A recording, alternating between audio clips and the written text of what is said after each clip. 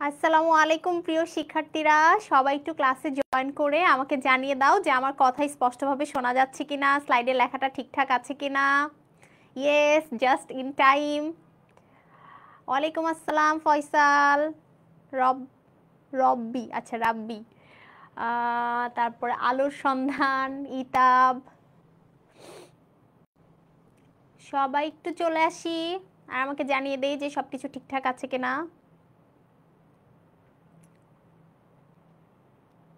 যারা যারা দেখছো ফ্রেন্ডদেরকে একটু মেনশন করে দাও যেন সবাই আমরা চলে আসি। গতদিন আমরা যারা ক্লাস করেছিলাম অলরেডি অনেকেই জয়েন করে ফেলেছো, তারপরও বাকিরা চলে আসো এবং বাকিদেরকে মেনশন করে দাও আর আমাকে জানিয়ে দাও যারা লাইভ দেখছো যে সবকিছু ঠিকঠাক আছে কিনা। আদাব, পীযূষ, শাকিলা,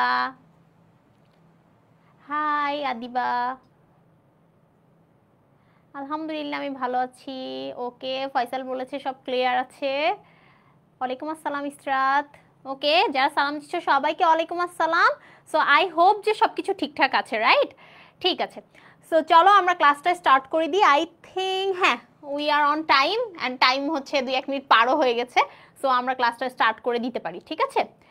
আচ্ছা, ফাইন। সো আজকে আমরা তোমাদের চতুর্থ অধ্যায়ের সেকেন্ড পোর্শন নিয়ে পড়াশোনা করব, সেটা হচ্ছে আমাদের ব্যাকটেরিয়া। হ্যাঁ, এবং আজকে হচ্ছে আমরা বই থেকে পড়াবো। গত ক্লাসেই তোমাদের সাথে আমার পরিচয় মোটামুটি হয়ে গিয়েছে, তারপরেও বলতে চাই আমি ফারিহা নাজনীন তন্দ্রা, বর্তমানে পড়াশোনা করছি উদ্ভিদ বিজ্ঞান বিভাগ, ঢাকা বিশ্ববিদ্যালয়ে। এবং তোমাদের চাহিদা বা ডিমান্ড অনুসারে আজকে আমরা মেনলি বই পড়বো। এটা জাস্ট স্টার্টিং স্লাইড, সো এটা ছিল স্লাইডে, বাট আমরা মেনলি হচ্ছে বইতে চলে যাব, ঠিক আছে? তো চলো আমরা বইতে চলে যাই। সবাই একটু লাইভটা শেয়ার করো, যারা যারা দেখছো প্রত্যেকে শেয়ার করো। একটাও শেয়ার হয়নি লাইভে, দেখছো? লাইভটা সবাই শেয়ার করো এবং হচ্ছে ফ্রেন্ডদেরকে মেনশন করো সবাই, কারণ গতদিন কিন্তু আমরা অনেকে ক্লাস করছি, তাই না? সবাই কিন্তু এখনো আসি নাই, সো সবাই চলে আসো। ওকে, ফাইন। আজকে এই চ্যাপ্টারটা আমরা এমনভাবে পড়বো যেন এই চ্যাপ্টারটা তো আমরা পড়বই, বা এই অংশটা তো আমরা পড়বই। তোমরা যে একটা কমন কথা বলো যে আপু অনেক কঠিন লাগে, একটা পড়ি ভুলে যাই, সো আজকে আমি দেখিয়ে দিব যে কিভাবে বই পড়লে তুমি কোনো কিছু ভুলে যাবা না, ঠিক আছে? তোমার সব কিছু মনে থাকবে, সেটা আজকের ক্লাসে আমরা দেখব।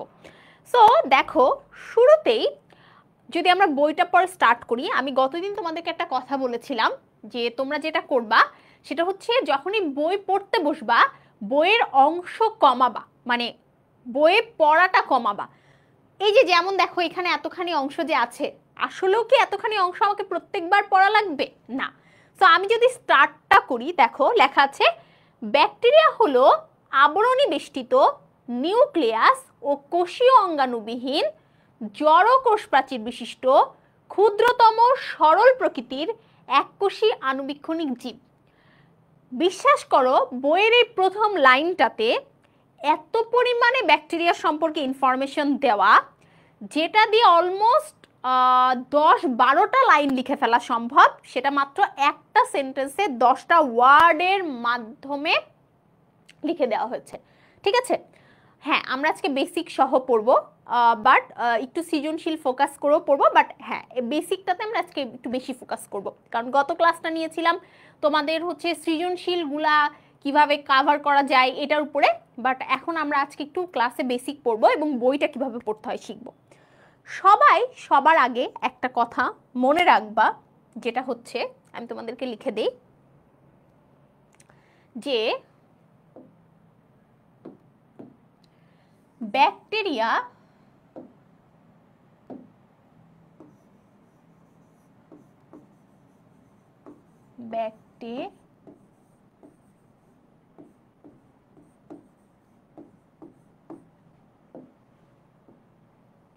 ব্যাকটেরিয়া মানে হলো ব্যাকটেরিয়া মানে হলো আলটিমেটলি একটা আদিকোষী। ব্যাকটেরিয়া হচ্ছে একটা আদিকোষী। আদিকোষীর যেই ইংলিশ নামটা আদিকোষী বা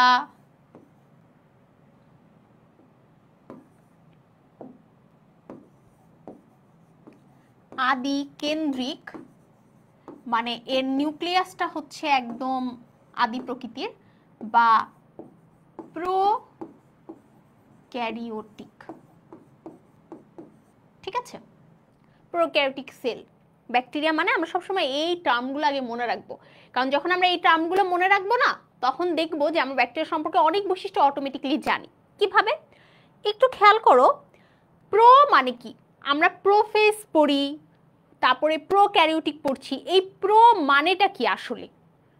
এই প্রো মানে আসলে এবং মেনলি, আপু গত ক্লাসের স্লাইড তো দেন নাই না, গত ক্লাসের স্লাইড কিন্তু আমি গ্রুপে পোস্ট করে দিয়েছি, গত ক্লাসের স্লাইড আমি দিয়েছি, ঠিক আছে। আচ্ছা, সো একটু খেয়াল করো, এই প্রো মানে হচ্ছে আদি। এই প্রো মানে কিন্তু ওই যে প্রফেশনাল, বেশি জানি প্রো, সেই প্রো না, এই প্রো মানে হচ্ছে আদি। এবং ক্যারিওটিক মানে হচ্ছে নিউক্লিয়াস।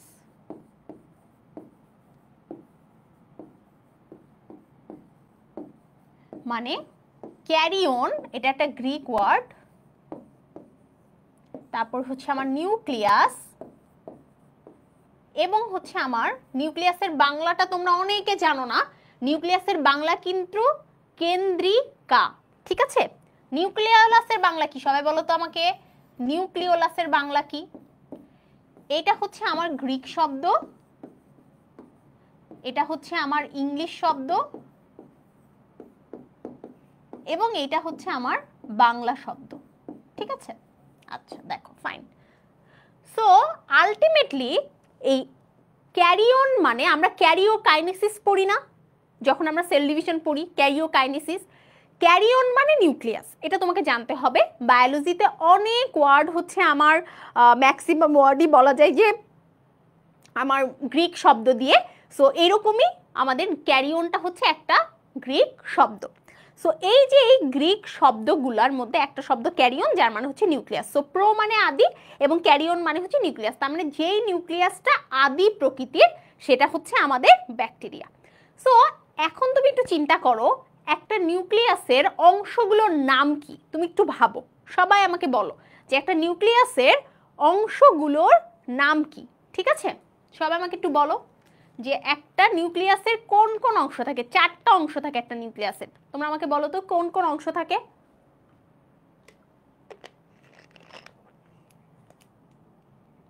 আচ্ছা, একটা নিউক্লিয়াসের 4টা অংশ হচ্ছে, নিউক্লিয়াসের বাহিরে একটা লেয়ার থাকে, সেটাকে আমরা বলি নিউক্লিয়ার মেমব্রেন, ভেতরে থাকে নিউক্লিওলাস, দেন থাকে নিউক্লিওপ্লাজম, এরপরে থাকে ক্রোমোজোম। এখন যে নিউক্লিয়াসটা আদি প্রকৃতির, ওর নিউক্লিয়ার মেমব্রেন এবং নিউক্লিওলাস থাকে না। তোমরা কিন্তু অনেক আগের থেকে, মানে পিচ্চিকাল থেকেই আদি কোষ আর প্রকৃত কোষের পার্থক্য শিখেছো। সো তুমি যদি জানো যে ব্যাকটেরিয়া একটা আদি কোষী, তার মানে আদি কোষের যত ধরনের বৈশিষ্ট্য থাকা পসিবল, ব্যাকটেরিয়া কিন্তু সব ধরনের বৈশিষ্ট্যগুলো বেয়ার করবে। তো আদি কোষের কি কি বৈশিষ্ট্য থাকে তুমি যদি চিন্তা করো, এর সুগঠিত নিউক্লিয়াস থাকে না, এটা একটা বৈশিষ্ট্য। সেকেন্ড বৈশিষ্ট্য হচ্ছে রাইবোজোম ব্যতীত কোনো কোষীয় অঙ্গাণু থাকে না, এটা একটা বৈশিষ্ট্য। দেন তোমার হচ্ছে এখানে যেহেতু নিউক্লিওলাস ভালো থাকে না, তাহলে ক্রোমোজোমগুলো সাইটোপ্লাজমে ছড়ানো থাকে, এটা একটা বৈশিষ্ট্য। তাহলে তুমি যদি এবার খেয়াল করো, তোমার বইতে এই কথাগুলোই বলা আছে যে নিউক্লিয়াস এবং কোষীয় অঙ্গাণুবিহীন, দেখছো এই কথাটাই কিন্তু বলা আছে, এবং ক্ষুদ্রতম সরল প্রকৃতির এককোষী আণুবীক্ষণিক জীব। এই পৃথিবীর সব থেকে ক্ষুদ্রতম জীব হিসাবে আখ্যায়িত করা হয় ব্যাকটেরিয়াকে। আমরা গত ক্লাসে পড়েছি ব্যাকটেরিয়ার থেকে ভাইরাস কিন্তু কি আরো ছোট, কিন্তু ভাইরাসকে জীব না। তাহলে এই পৃথিবীর সব থেকে ছোট জীবকে, এই পৃথিবীর সব থেকে ছোট জীব আসলে ব্যাকটেরিয়া।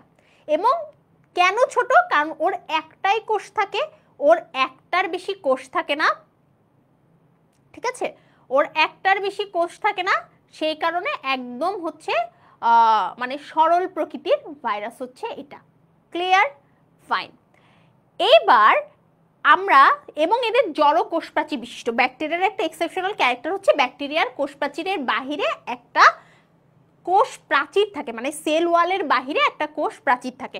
সো এই যতগুলো বৈশিষ্ট্য আমরা দেখতেছি আমরা পরে পাবো, তাহলে আসলে এই লাইনটা আমার পড়ার দরকার নাই, ঠিক আছে। এই বইটা মানে তোমার হচ্ছে হাসান স্যারের বই, হাসান স্যারের বইয়েরই হুবহু কপি, কিছু এক্সট্রা ইনফরমেশন এই বইতে আছে। ওকে, হাসান স্যারের বই এটাতে কপি হয়ে যাবে, সেম হুবহু এক অ্যাজ ইট ইজ। আচ্ছা, সো এইবার আমি যেটা বলছিলাম যে প্রথম লাইন, তাহলে কি আমরা প্রথম লাইন আসলে পড়বো না, আমরা প্রথম লাইন পড়বো না, আমরা প্রথম লাইন দাগাবো না আসলে, হ্যাঁ। আচ্ছা, সেকেন্ড লাইনে বলতেছে যে ব্যাকটেরিয়া হচ্ছে একবচন, মানে ব্যাকটেরিয়া হচ্ছে বহুবচন, হচ্ছে বহুবচন, এবং ব্যাকটেরিয়াম হচ্ছে আমার একবচন, ঠিক আছে। এবং ব্যাকটেরিয়া কিন্তু গ্রিক শব্দ, আই ডোন্ট নো এখানে ল্যাটিন কেন লেখা, ব্যাকটেরিয়া হচ্ছে গ্রিক শব্দ যার মানে হচ্ছে দণ্ড বা লিটিল রড। হ্যাঁ, উপরে ওইটা আলিম স্যারের বই লেখা হয়ে গিয়েছে। আচ্ছা, এবার দেখো এখানে কিছু ইনফরমেশন আছে যে কে সর্বপ্রথম ব্যাকটেরিয়া আবিষ্কার করেন, উনার নামটা আমরা পড়বো। সো এখান থেকে আমরা প্রথম যে লাইনটা পড়বো, এখান থেকে আমরা প্রথম যে লাইনটা পড়বো সে লাইন হচ্ছে এটা, যে অ্যান্টোনিও ভন লিয়েনহুক, উনি হচ্ছে ব্যাকটেরিয়া আবিষ্কার করেন এবং এদের নাম দেন অ্যানিমেলকিউল বা ক্ষুদ্র প্রাণী। ব্যাকটেরিয়ার প্রথমে নাম ব্যাকটেরিয়া ছিল না, ব্যাকটেরিয়ার প্রথমে নাম ছিল হচ্ছে অ্যানিমেলকিউল। ক্লিয়ার করতে পারছি? এবং অ্যান্টনি ভন লিয়েনহুক উনি হচ্ছে আমাদের ব্যাকটেরিয়াতে অনেক গুরুত্বপূর্ণ অবদান রাখছে, এই জন্য ওনার নামটা পড়তে হবে, সালটা পড়তে হবে না। তাহলে আমরা যদি নোট করি, আমরা যদি চিন্তা করি যে আমরা এটা একটু নোট করব, একটু নোটের ভার্সনে যাব, তাহলে আমরা কি করতে পারি, তাহলে আমরা লিখতে পারি যে অ্যান্টনি ভন লিয়েনহুক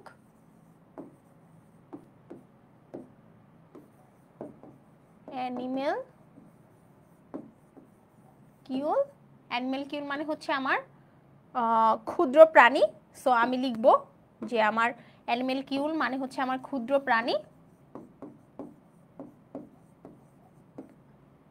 এটা লিখব অ্যানিমেল, যে এটা হচ্ছে ক্ষুদ্র প্রাণী। এবং এটাকে কিভাবে হচ্ছে, এটা হাসান স্যারেরই বই, ঠিক আছে, এটা উপরে লেখা হয়ে গিয়েছে আলিম স্যারের বই, বাট এটা হাসান স্যারের বই। আমি হাসান স্যারের বই আমার বাসায় আছে, আমি চেক করেছি ওটা কেন লেখা হচ্ছে, এটা আমি খেয়াল করছিলাম না এই লেখাটা, বাট এটা হাসান স্যারেরই বই। ওকে, আমি একটা কথা বলি, আমি তোমাদের মতো যখন ইন্টারে পড়তাম তখন অনেকগুলো বই আমি কিনেছিলাম, আমার অনেকগুলো রাইটারের বই ছিল, প্রত্যেকটা সাবজেক্টে আমার প্রায় 10টা করে রাইটারের বই ছিল। আমি গাধার মতো সবগুলো রাইটারের বই পড়ার চেষ্টা করতাম, এবং যেহেতু আমি নিজে নিজে বেশি পড়তাম, মানে আমি বাইরের টিচারের থেকে নিজে নিজে বইগুলো বেশি পড়তাম, সো আমি সবগুলো বই পড়তাম। বাট আমি যখন যেদিন অ্যাডমিশন দিছি, মানে অ্যাডমিশনের পরীক্ষায় বসার আগ পর্যন্ত আমি এটা রিয়েলাইজ করি নাই, আমি যেদিন হচ্ছে অ্যাডমিশন দিছি ওই দিন আমি রিয়েলাইজ করছি যে একটা রাইটারের বই পড়লেই হতো। তার মধ্যে মোস্ট ইম্পর্টেন্ট হচ্ছে, মানে সবগুলো সাবজেক্টের কথা যদি বলো, ফিজিক্স, কেমিস্ট্রি, বায়োলজি, ম্যাথ, বায়োলজির, বোটানির হাসান স্যারের বইকে ওভারটেক কখনো করা হয় না। কেন করা হয় না এটা ক্লিয়ার করে আমি বলি। ঢাকা ইউনিভার্সিটির যেই কোশ্চিনটা যায়, সেই কোশ্চিনটা হচ্ছে আমার ডিপার্টমেন্ট থেকে যায়, আমার ডিপার্টমেন্টের স্যাররা এটা করে। এখন কেন এই ডিপার্টমেন্টের স্যাররা এই কোশ্চিনটা করে বা এই ডিপার্টমেন্টের স্যাররা এটার দায়িত্বে থাকে, এটার ব্যাখ্যা খুবই সিম্পল। বায়োলজিক্যাল সায়েন্স ফ্যাকাল্টিতে অনেকগুলো নামি দামি ডিপার্টমেন্ট আছে, ঠিক আছে, ফার্মেসি নাই, বায়োকেমিস্ট্রি, তারপরে তোমার হচ্ছে মাইক্রোবায়োলজি, জেনেটিক ইঞ্জিনিয়ারিং, অনেক নামি দামি ডিপার্টমেন্ট আছে। বাট বোটানি ডিপার্টমেন্ট হচ্ছে অনেক পুরনো ডিপার্টমেন্ট, হ্যাঁ, এটা অনেক পুরনো, এবং অন্যান্য ডিপার্টমেন্টগুলো ঢাকা ইউনিভার্সিটিতে জাস্ট একটা ফ্লোর নিয়ে কয়েকটা রুম নিয়ে তৈরি। বাট বোটানি ডিপার্টমেন্ট এবং পুরাতন যেসব ডিপার্টমেন্টগুলো আছে সেগুলো একটা পুরো বিল্ডিং নিয়ে তৈরি, মানে আমাদের ডিপার্টমেন্টের মধ্যে অন্য কোনো ডিপার্টমেন্ট যাওয়া আসা করতে পারে না, ঠিক আছে। সো খুব প্রতি আলা একটা ডিপার্টমেন্ট, মানে পুরাতন সাবজেক্টগুলোর ডিপার্টমেন্ট এরকমই হয় ঢাকা ইউনিভার্সিটি, যে কোনোটাই, ফিজিক্স বলো বা হচ্ছে বায়োকেমিস্ট্রিও মোটামুটি, কেমিস্ট্রি, এইগুলা ম্যাথের তো পুরো একটা আলাদা ভবনই আছে। সো হাসান স্যারের বইটাকে কেউ ওভারটেক করে না, কারণ হাসান স্যার কোন ডিপার্টমেন্টের স্যার? আমাদের ডিপার্টমেন্টের স্যার। সো অবভিয়াসলি শুরু থেকে এই কালচারটা হয়ে আসছে যে হাসান স্যারের বই থেকেই কোশ্চিন হয়, হাসান স্যারের বই থেকেই কোশ্চিন হয়। আর যখন আমরা মেডিকেলের কথা বলবো, মেডিকেলের কোশ্চিনগুলোও কিন্তু আলটিমেটলি ঢাবিতে চেক করে যায়, মানে ঢাবি থেকে চেক করে যায়, ঠিক আছে?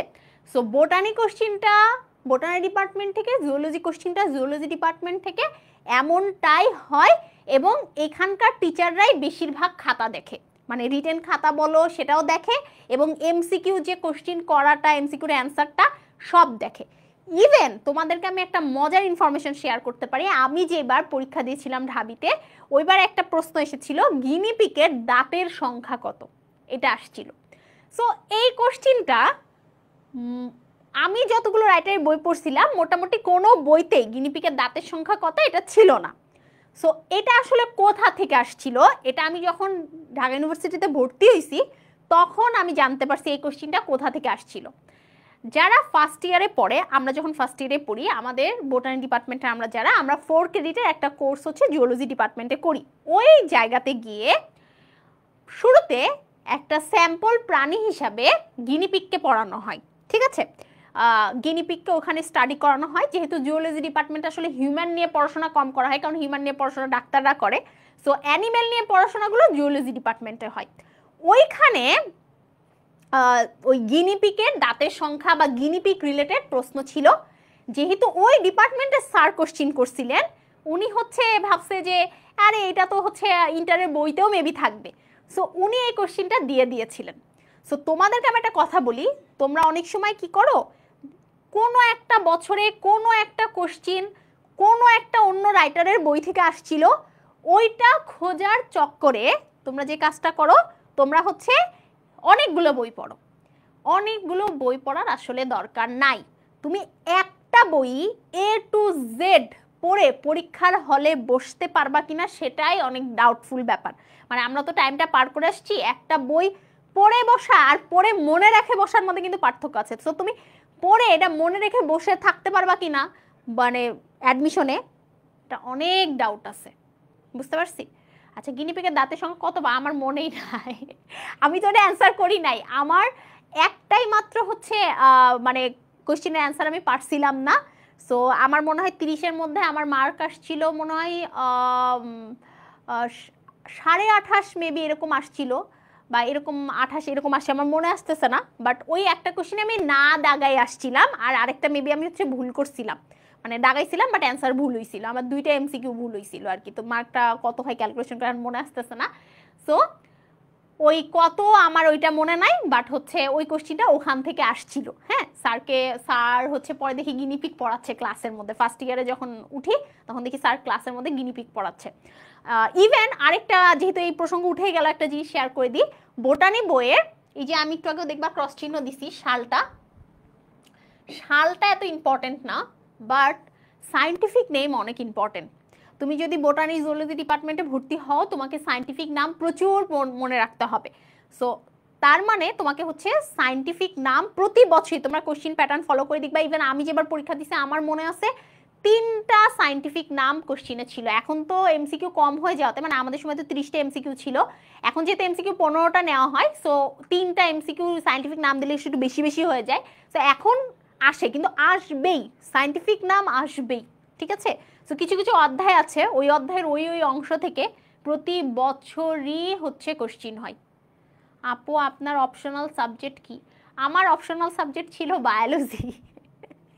আমার অপশনাল সাবজেক্ট ম্যাথ ছিল না, সবাই এটা মনে করতে পারে। আমার এসএসসি এইচএসসি দুটোতেই অপশনাল সাবজেক্ট বায়োলজি ছিল। আমার হচ্ছে মানে প্রথমের দিকে বইটা পড়ার ইচ্ছা ছিল, বাসার সবাই চাইছিল যে আমি হচ্ছে মেডিকেলে পড়বো, বাট আমার মনে হচ্ছে বুয়েট মেডিকেল দুটোতেই পড়াশোনার চাপ অনেক বেশি, আমি জীবনে অনেক বেশি পড়াশোনা করে ফেলছি, তখন আমি হচ্ছে ইয়েতে চলে এসেছি, ঢাকা ইউনিভার্সিটিতে চলে এসেছি। মানে ঢাকা ইউনিভার্সিটি টার্গেট নিছি যে আমি ঢাকা ইউনিভার্সিটিতে পড়বো, এখানে পড়াশোনার চাপ কম, আমার এটা মনে হয়েছে, ঠিক আছে? আচ্ছা ফাইন। সো অনেক কথা বলে ফেললাম, বাট এইটা এই জন্য বললাম যে আমি তো প্রয়ের প্রত্যেকটা লাইন যখন তোমরা কোর্সে ভর্তি হবা তখন হয়তো দাগিয়ে দিব। আজকের ক্লাসে যেহেতু আমি ওভাবে দাগিয়ে দিচ্ছি না, এই জন্য আমি যে জিনিসটা মার্ক করার চেষ্টা করলাম যে এখানে যতগুলোই শাল আছে না কিনা এই কোনো শালগুলোই তোমার মুখস্থ করতে হবে না। ইভেন এখান থেকেও তুমি যদি লাইনটা পড়ো, অ্যান্টোনিও ভন লিয়েনহুক অ্যানিমেল কিউল, এই দুটো শব্দ মনে রাখলে তুমি যে কোনো এমসিকিউর অ্যান্সার এমনিতেই করতে পারবা, তুমি যদি পড়া পয়েন্টটা নাও মনে রাখো। এবং পরের লাইনে এরেনবার্গ ব্যাকটেরিয়ার নামকরণ করেন এবং ডিল্ট হচ্ছে আমার মাইক্রোব বা অণুজীব হিসেবে আখ্যাত করেন। ইনাদের সায়েন্টিফিক মানে ইনাদের ইয়ের নামও হচ্ছে বলার দরকার নাই। শুধুমাত্র লুই পাস্তুরের নামটা আমরা পড়বো, যে লুই পাস্তুর ব্যাকটেরিয়া সংক্রান্ত জার্ম থিওরি অফ ডিজিজ প্রকাশ করেন, এইটা আমাদের লাগবে। কিছু কিছু বিজ্ঞানী অনেক ইম্পর্টেন্ট, তাদের নামগুলো লাগে। লুই পাস্তুর কেন ফেমাস বলো তো? পাস্তুরাইজেশনের জন্য ফেমাস। পাস্তুরাইজেশন মানে কি? মিল্ককে রোগ জীবাণু থেকে আলাদা করার যে প্রসিডিউরটা, সেটা হচ্ছে আমাদের পাস্তুরাইজেশন। সো ওই পাস্তুরাইজেশনের জন্য আমার হচ্ছে এটা প্রয়োজন। এবং উনি জার্ম থিওরি অফ ডিজিজ দেন। জার্ম থিওরি অফ ডিজিজ তোমরা বুঝো? জার্ম থিওরি অফ ডিজিজ হচ্ছে এই বইয়ের, আমি একটা কথা বলি, হাসান স্যারের বইয়ের এই অংশটা আর আলিম স্যারের বইয়ের অংশটা সেম, ঠিক আছে? এটা হুবহু সেম।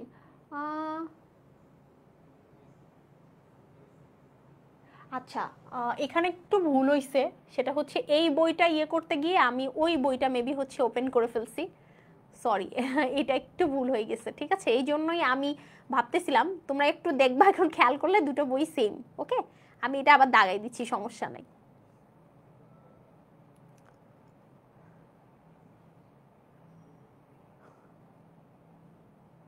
আমরা একটু যাই।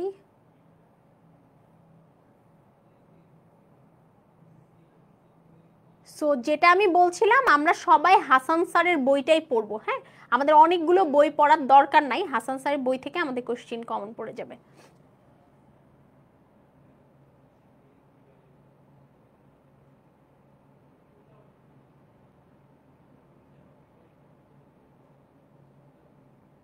এই যে দেখো, সেম জিনিস এখানে আছে, দেখেছো? এই দেখো না, সবাই এবার খুশি? হাসান স্যারের বই নিয়ে চলে আসছি। ফাইন, ওকে। তাহলে আমরা পড়লাম যে এটা আলিম স্যারের বইতে, কিন্তু আমি পড়ার সময় বলেছি ব্যাকটেরিয়া কিন্তু হচ্ছে গ্রিক শব্দ। আই ডোন্ট নো ওইখানে কেন হচ্ছে ইয়ে শব্দ লেখা ছিল, মানে হচ্ছে ল্যাটিন শব্দ লেখা ছিল। সেই জন্য বলছি যে দুইটা বই, এইটাও আমি একটু বলে নেই। অনেক সময় আমাদের আরেকটা কনফিউশন থাকে যে আপু হচ্ছে অমুক জায়গায় তো এই ইনফরমেশন আছে, তমুক জায়গায় তো ওইটা আছে, আসলে অ্যান্সার কোনটা হবে? বায়োলজি যেহেতু আমি পড়াচ্ছি, আমি বায়োলজির দায়িত্ব নিয়ে বলতেছি, বায়োলজিতে বোটানিক ক্ষেত্রে আমরা হাসান স্যারের বইকে চোখ বন্ধ করে ফলো করব। হাসান স্যারের বইতে যা আছে তাই ঠিক। হাসান স্যারের বইয়ের আদ্যপান্ত পড়লে আমার ডিএমসিতেও চান্স হবে, ঢাবিতেও চান্স হবে। ঢাবি সবচেয়ে টপ সাবজেক্টেই চান্স হবে, মানে অন্য সাবজেক্টগুলো যদি তুমি ভালো পারো আর কি। শুধু তো আর বোটানি পড়লেই চান্স হয়ে যাবে না, বাদ বাকি সব আছে, বাট তুমি সব পারবা, ঠিক আছে? যে একটা দুটা পারবা না ওইটা নিয়ে তোমার মাথা ঘামাতে হবে না। তুমি এই বই পড়ে, মানে বললামই তো, আমি নিজে পড়ছি, নিজেই বলতেছি যে আমি 28টা অ্যান্সার করতে পারছিলাম, একটা ভুল হয়েছিল আর একটা আমি মানে আমি যেহেতু জানি যে গিনিপিকা আমি ডাক্তার সঙ্গে আমি জীবনে পড়ি নাই, সো আমি ওইটা অ্যান্সার করছিলাম না। হ্যাঁ, সো ঠিক আছে, ওকে ফাইন, সবাই এবার খুশি আমরা। দেখো, সো এখানে ব্যাকটেরিয়ন মানে হচ্ছে লিটিল রড, এটা আমরা পড়ে ফেলেছি। অ্যান্টোনিও ভন লিয়েনহুক, উনি হচ্ছে মানে এত কিউরিয়াস প্রকৃতির একজন লোক ছিলেন। উনি একটা মাইক্রোস্কোপ বানাইছিলেন এবং উনি এই যে কাপড় আছে না, এই কাপড় মাইক্রোস্কোপের নিচে দিতেন, চুল মাইক্রোস্কোপের নিচে দিতেন। তারপরে দেখো উনি কি মাইক্রোস্কোপের নিচে দিচ্ছে, দেখো বৃষ্টির পানির ফোঁটা মাইক্রোস্কোপের নিচে দিছে, দিয়ে উনি কি করছে, উনি ওর মধ্যে ব্যাকটেরিয়া দেখতে পারছে। ব্যাকটেরিয়া আসলে দেখতে পায়নি, উনি যখন মাইক্রোস্কোপের নিচে বৃষ্টি পানির ফোঁটা দিছে, উনি দেখছে যে জিনিসগুলো না কিলবিল কিলবিল করতেছে, মানে নড়াচড়া করতেছে।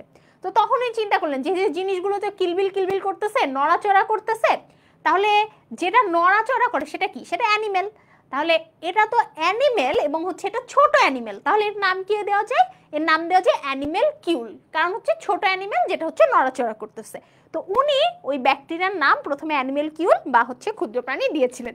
এর পরবর্তীতে এই যে এরেনবার্গ ব্যাকটেরিয়া নামকরণ করছেন, এই যে এরেনবার্গ ব্যাকটেরিয়া নামকরণ করছেন, এবং লুই পাস্তুর ব্যাকটেরিয়ার উপর অনেক গবেষণা করে অনেক পরীক্ষা নিরীক্ষা করে পরবর্তীতে খেয়াল করো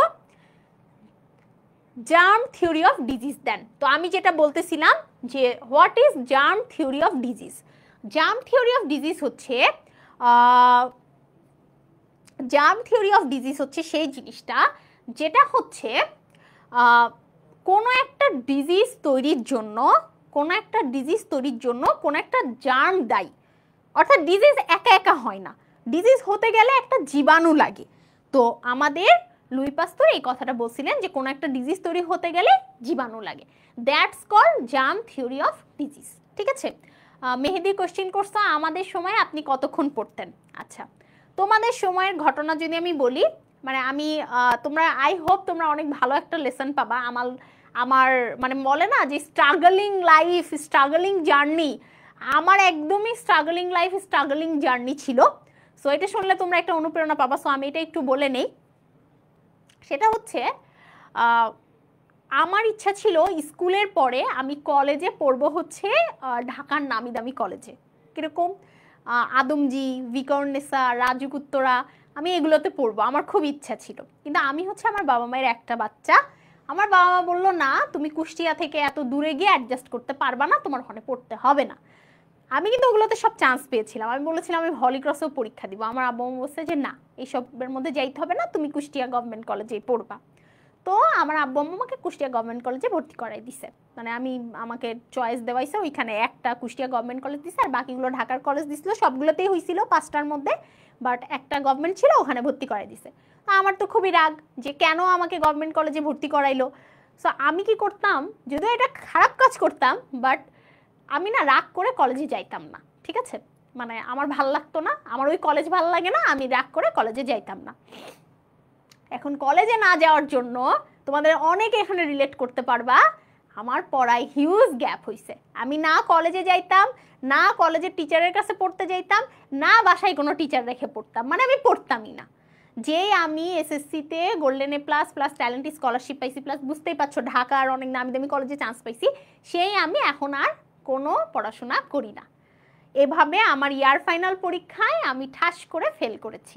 হ্যাঁ, ইয়ার ফাইনাল পরীক্ষায় আমি 2টো সাবজেক্টে ফেল করেছি। সো এরপরের যে ঘটনা, এরপরেও আমার টনক নড়ে নাই, আমার তো ভালো লাগে না কলেজে যেতে, আমি তো যাই না।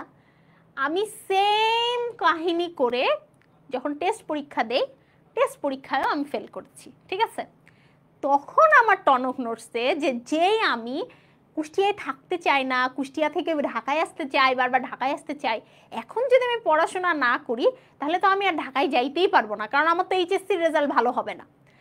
তখন আমি কোমর বেঁধে পড়াশোনা স্টার্ট করি, এবং ওই টাইমটা আমার জন্য এত চ্যালেঞ্জিং ছিল। তখন তো আমার হচ্ছে ফুল সিলেবাস ছিল, আমাদের ওইখানে এত বেশি টিচার ফ্যাসিলিটিস নাই যে আমাদের সব কিছু বুঝাই দিবে, হাতে তুলে মুখে তুলে খাওয়াই দিবে, এরকম নাই। তখন এতগুলো অনলাইন প্ল্যাটফর্মও আসে নাই যে আমি এগুলোর ক্লাস করব। সো আমার পড়া বুঝতে অনেক কষ্ট হতো। তারপরেও আমি নেটের বিভিন্ন সোর্স দেখে এটা করে সেটা করে দেন হচ্ছে বই কিনে, যেটা তোমাদেরকে বললাম আমার বাসায় অনেক বই ছিল, আমার প্রত্যেকটা সাবজেক্টের জন্য 10টা করে রাইটারের বই আমার বাসায় ছিল। এগুলো দেখে বিভিন্ন ইউটিউবে ভিডিও দেখে এটা করে সেটা করে আমি হচ্ছে আমার কনসেপ্ট ক্লিয়ার করার চেষ্টা করতাম। সো আমি যে অধ্যায়গুলো পড়ছিলাম সেগুলোর কনসেপ্ট আমার পুরো ক্লিয়ার ছিল এবং সেগুলো আমার খুব সুন্দর করে পড়া ছিল। এই পড়া দিয়ে আমি এইচএসসি পরীক্ষা দিই এবং এইচএসসি পরীক্ষা আমার অনেক বেশি ভালো হওয়ার কারণে এটাই সাপোর্ট সিস্টেম হিসেবে কাজ করে আমার অ্যাডমিশন জার্নিতে। মানে অ্যাডমিশনের সময়ও সেম ঘটনা ঘটে, আমি ঢাকায় আসি বাট আমি ঢাকায় অ্যাডজাস্ট করতে পারি না, আমি পরে কুষ্টিয়ায় আবার ব্যাক যাই, দেন হচ্ছে আমার গরমিল হয়ে যায়, আমার পড়াশোনার অবস্থা খুবই খারাপ হয়ে যায়। তখন আমি কি করি, আমি হচ্ছে পড়াশোনা সব বাদ দিয়ে তোমার হচ্ছে মানে মানে অবস্থা একদম গোলমাল তালমাল এরকম হয়ে যায়, মানে আমার খুবই স্ট্রাগলিং জার্নি গেছে এক কথায়। ওগুলো অ্যাডমিশন জার্নি একদিন শেয়ার করব। বাট তোমাদেরকে এখন একটা কথা রিকোয়েস্ট করব, যে মানে গল্প করতে চাচ্ছিলাম না, বাট কথাগুলো উঠে গেল সেজন্য বললাম যে এইচএসসির টাইমটা অনেক ইম্পর্টেন্ট, এইচএসসির রেজাল্ট ভালো হওয়া অনেক ইম্পর্টেন্ট। এইচএসসির রেজাল্ট ভালো হওয়া মানে আলটিমেটলি অ্যাডমিশনের সাপোর্ট সিস্টেম, ঠিক আছে? সো এইটা তোমরা একটু মাথায় রেখো, এইচএসসি রেজাল্টটা ভালো করার চেষ্টা করো, ঠিক আছে? আর গল্প করব না, এখন পড়বো।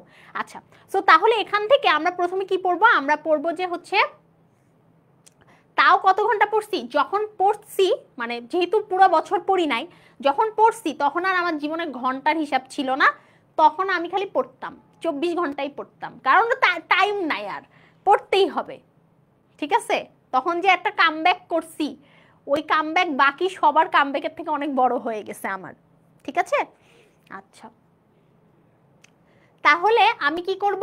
আমি মনে রাখবো নাম লিখে লিখে, তোমরা নোট করবা, ঠিক আছে? তোমরা আমি খালি যেগুলো লিখে দিই সেগুলো নোট করো, তাছাড়া হচ্ছে আর কিছু নোট করো না। সো তোমরা মনে রাখবা অ্যান্টোনিও ভন লিয়েনহুক, অ্যানিমেলকিউল। দেন আমাদের হচ্ছে Luis পাস্তুর, germ theory of disease, ঠিক আছে? দেন হচ্ছে রবার্ট কোচ, যক্ষা। এই যে খালি শব্দগুলো মনে রাখবা, তোমার না ডিটেলস পড়তে হবে না। তুমি যতবার বইয়ে এগুলো ডিটেলস পড়তে যাবা তত তোমার হচ্ছে ওই যে মনে থাকে নাটা হয়ে যাবে। সো তুমি যদি শব্দগুলো খালি মনে রাখো, তুমি এমসিকিউ আসলে এমনিতেই পারবা, কারণ এখান থেকে তোমার জীবনে তো সিকিউ আসবে না, ইভেন কমার্কও আসবে না, এগুলো থেকে সারা জীবনে এমসিকিউ থাকবে। সো রবার্ট কোচকে আমরা হচ্ছে আরেকটা ইনফরমেশন লিখবা লুই পাস্তুরের ক্ষেত্রে, যে লুই পাস্তুরকে ব্যাকটেরিওলজির জনক বলা হয়।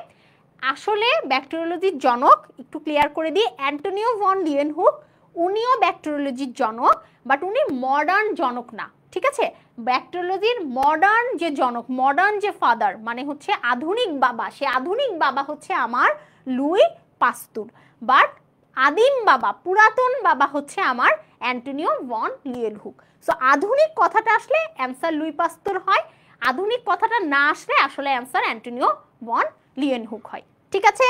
সো সবাই আশা করি সূচনা অংশটা বুঝতে পারছো। এরপরে মানুষের দেহে যতগুলো কোষ আছে তার চেয়ে 10 গুণ বেশি হচ্ছে আমার ব্যাকটেরিয়া আছে, এবং মানুষের অন্ত্রত্বকে সর্বাধিক সংখ্যক ব্যাকটেরিয়া থাকে। এই টাইপের লাইনগুলো মেডিকেলের জন্য ইম্পর্টেন্ট। কেন বলি? মেডিকেল পরীক্ষা দেওয়ার পরে আমার একটা রিয়েলাইজেশন হয়েছে যে মেডিকেল পরীক্ষায় টেস্ট করা হয় যে স্টুডেন্টের মুখস্থ বিদ্যা কতটা বেশি রাদার দ্যান কনসেপ্ট কতটা বেশি, এটার থেকে। যেরকম ঢাকা ইউনিভার্সিটির কোশ্চিনে কনসেপ্টটা কতটা বেশি সেটা যাচাই করার চেষ্টা করা হয়, ঠিক আছে? বাট মেডিকেল ভর্তি পরীক্ষায় মুখস্থ বিদ্যাটা যাচাই করা হয়।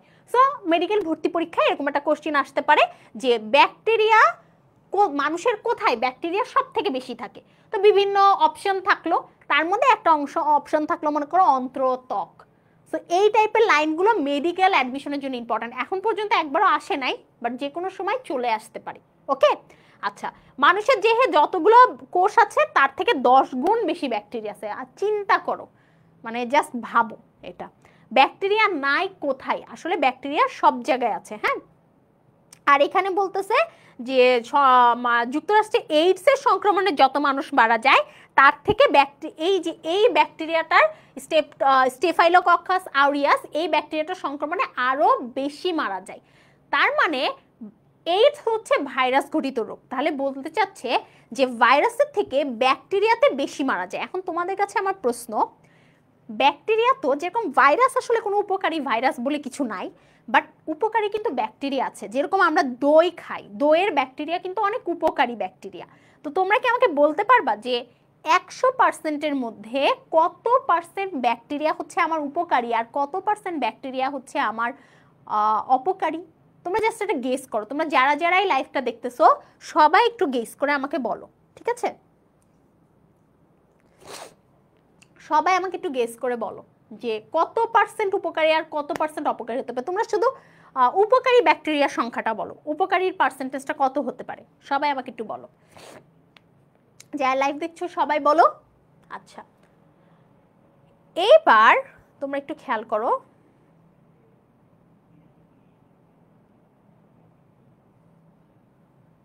Okay fine. আচ্ছা, উপকারী ব্যাকটেরিয়া আছে। ইতাব লিখেছো 99%, বাহ, এত উপকার আছে ব্যাকটেরিয়ার। আচ্ছা, 95% ব্যাকটেরিয়াই হচ্ছে আমার উপকারী, মানে 9-এর রেঞ্জে, ঠিক আছে। মাত্র 5% ব্যাকটেরিয়া হচ্ছে অপকারী। সংখ্যাটার রেঞ্জটা ভ্যারি করতে পারে, বাট আমি যেটা বুঝাতে চাচ্ছি যে ম্যাক্সিমাম ব্যাকটেরিয়াই উপকারী, হাতে গোনা কয়েকটা ব্যাকটেরিয়া অপকারী। তুমি চিন্তা করো, মাত্র হাতে গোনা কয়েকটা অপকারী ব্যাকটেরিয়া দিয়েই আমাদের জীবন শেষ। যদি এর থেকে বেশি অপকারী ব্যাকটেরিয়া থাকতো তাহলে কি অবস্থা হইতো একবার ভাবো তো, শেষ আমরা, তাই না? Okay fine. এখন বইয়ের এই অংশটাতে দেখবে, এই অংশটাও দাগানো নাই, কারণ এই অংশটাতে আদি কোষের বৈশিষ্ট্য লেখা আছে। আমরা আগে আদি কোষের বৈশিষ্ট্য যা যা শিখেছি তাই এই অংশে লেখা আছে। তাহলে বইয়ের এই যে এই পর্যন্ত যে অংশটা আমরা পড়লাম, এই পর্যন্ত অংশটা থেকে আমরা যদি কোনো কিছু নোট করতে চাই তাহলে আমরা কি করব? বিজ্ঞানীর নাম, বিজ্ঞানী কি করছে, বিজ্ঞানীর নাম, বিজ্ঞানী কি করছে, এর বেশি কিছু এখানে মনে রাখার কোনো প্রয়োজন নাই। সো এই অংশটা ফুললি ডেডিকেটেড এমসিকিউর জন্য ইম্পর্টেন্ট। হ্যাঁ, আচ্ছা, এখানে এক্সট্রা অংশ আছে, এক্সট্রা অংশটা আমি এখন পড়াচ্ছি না, এক্সট্রা অংশটা আমরা স্কিপ করে যাচ্ছি। আমরা এখন সবচেয়ে ইম্পর্টেন্ট জিনিস পড়বো, সেটা হচ্ছে আমার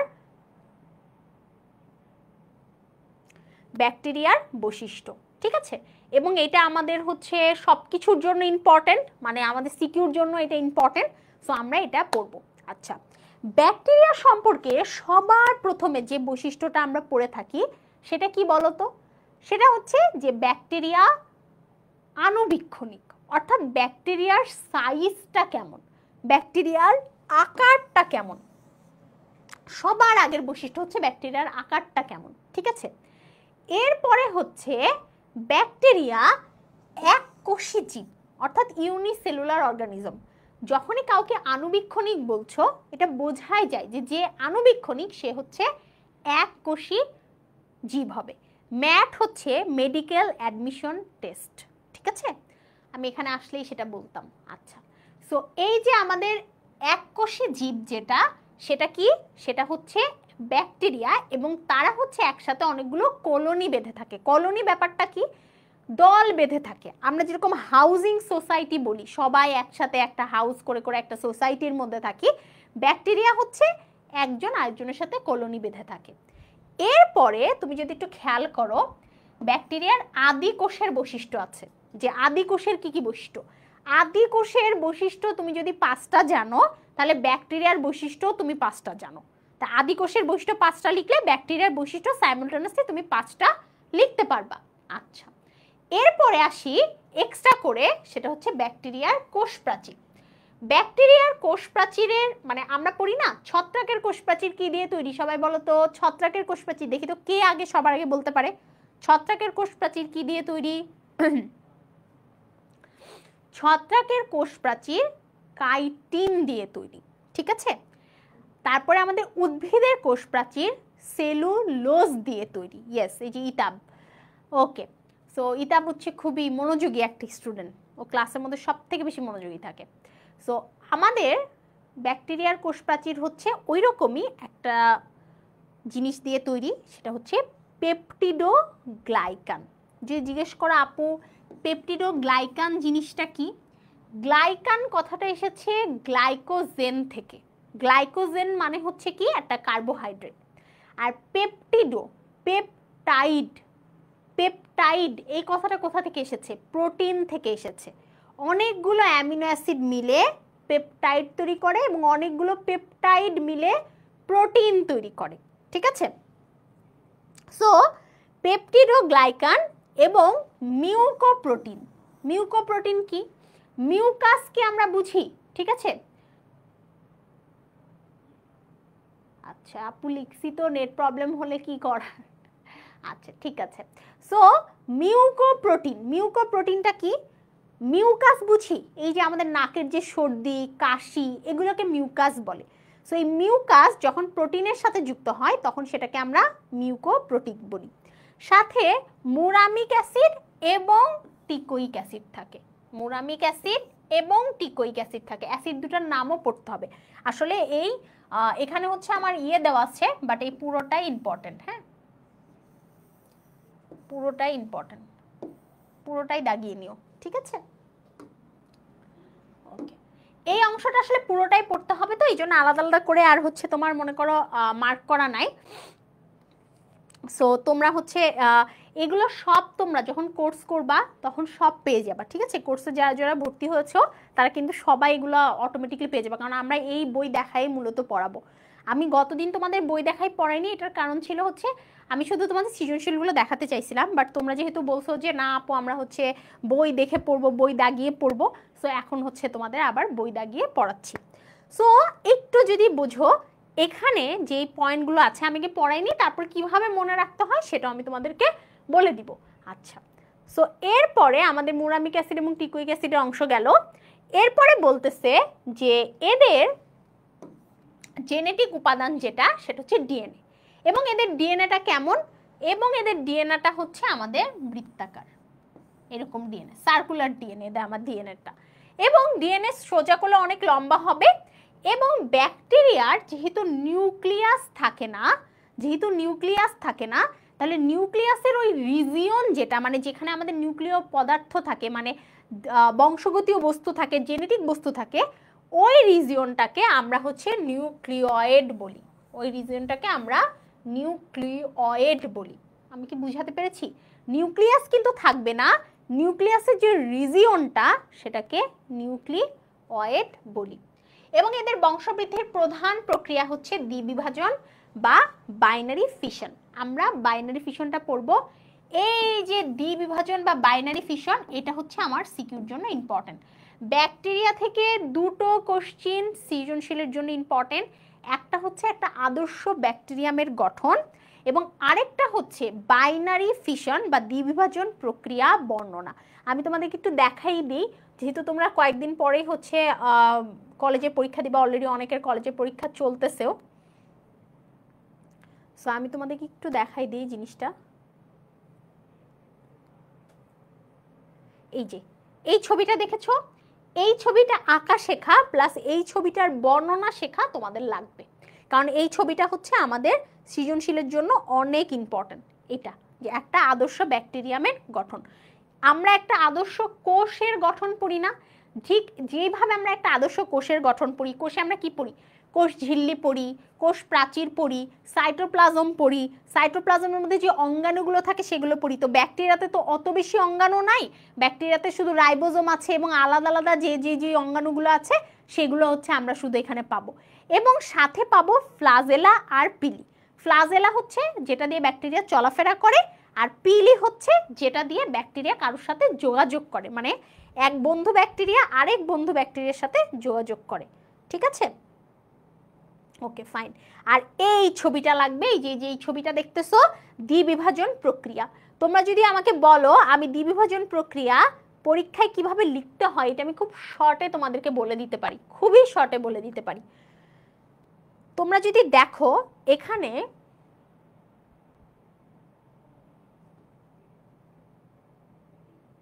বইয়ের মধ্যে যতগুলো পয়েন্ট আছে, এই পয়েন্টগুলো জাস্ট আমি হচ্ছে তোমার নাম নিব, মানে পয়েন্টগুলোর জাস্ট বর্ণনা নিব।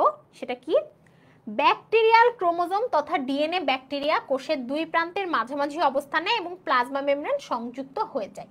তাহলে প্রথম হচ্ছে ব্যাকটেরিয়াল ক্রোমোজোমের মাঝামাঝি অবস্থান, তাহলে আমি যেটুকু লাইন দাগাচ্ছি মাঝামাঝি অবস্থান, এইটুকু হচ্ছে আমার পয়েন্টের নাম। আমার পয়েন্টের নাম কি, ব্যাকটেরিয়াল ক্রোমোজোমের মাঝামাঝি অবস্থান, এইটুকু শুধু আমার পয়েন্টের নাম হবে, ঠিক আছে? দ্বিতীয়ত পয়েন্টের নাম দেখো, ব্যাকটেরিয়াল ক্রোমোজোম যেটা সেটা আমার কোষের মাঝামাঝি সংযুক্ত হয়েছে, ঠিক আছে? আচ্ছা, এবং প্লাজমা মেমব্রেনের সাথে সংযুক্তকরণ, তাহলে আমার এটা হচ্ছে আমার 1 নম্বর পয়েন্ট, এটা হচ্ছে আমার 2 নম্বর পয়েন্ট। সো আমি তোমাদের একটু লিখে দিই, তোমরা এটা একটু নোট করে নাও, এটা অনেক কাজে দিবে পরবর্তীতে। হ্যাঁ,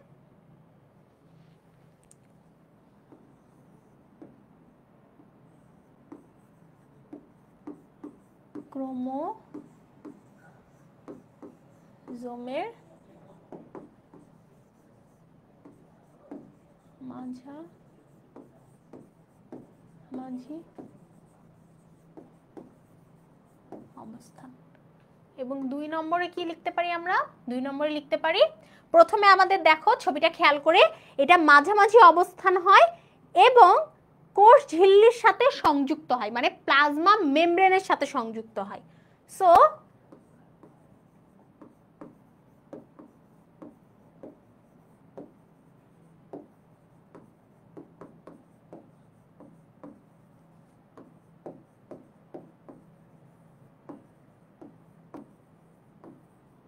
সংযুক্তকরণ, ফাইন।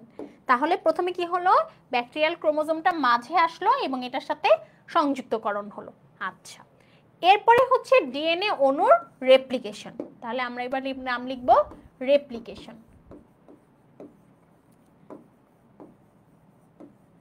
রেপ্লিকেশন মানে কি, এটা ডাবল হয়ে গেল, এই যে আমাদের যে ডিএনএটা আছে সেই ডিএনএটা ডাবল হয়ে গেল। আচ্ছা, 3 নম্বরে কি, এই অবস্থায় কোষটি লম্বায় বৃদ্ধি পায় এবং কোষ প্রাচীর ও প্লাজমা মেমব্রেনের বৃদ্ধি কোষের 2 প্রান্তের মাঝখানে ঘটে। তাহলে 4 নম্বর পয়েন্টের নাম বৃদ্ধিকরণ।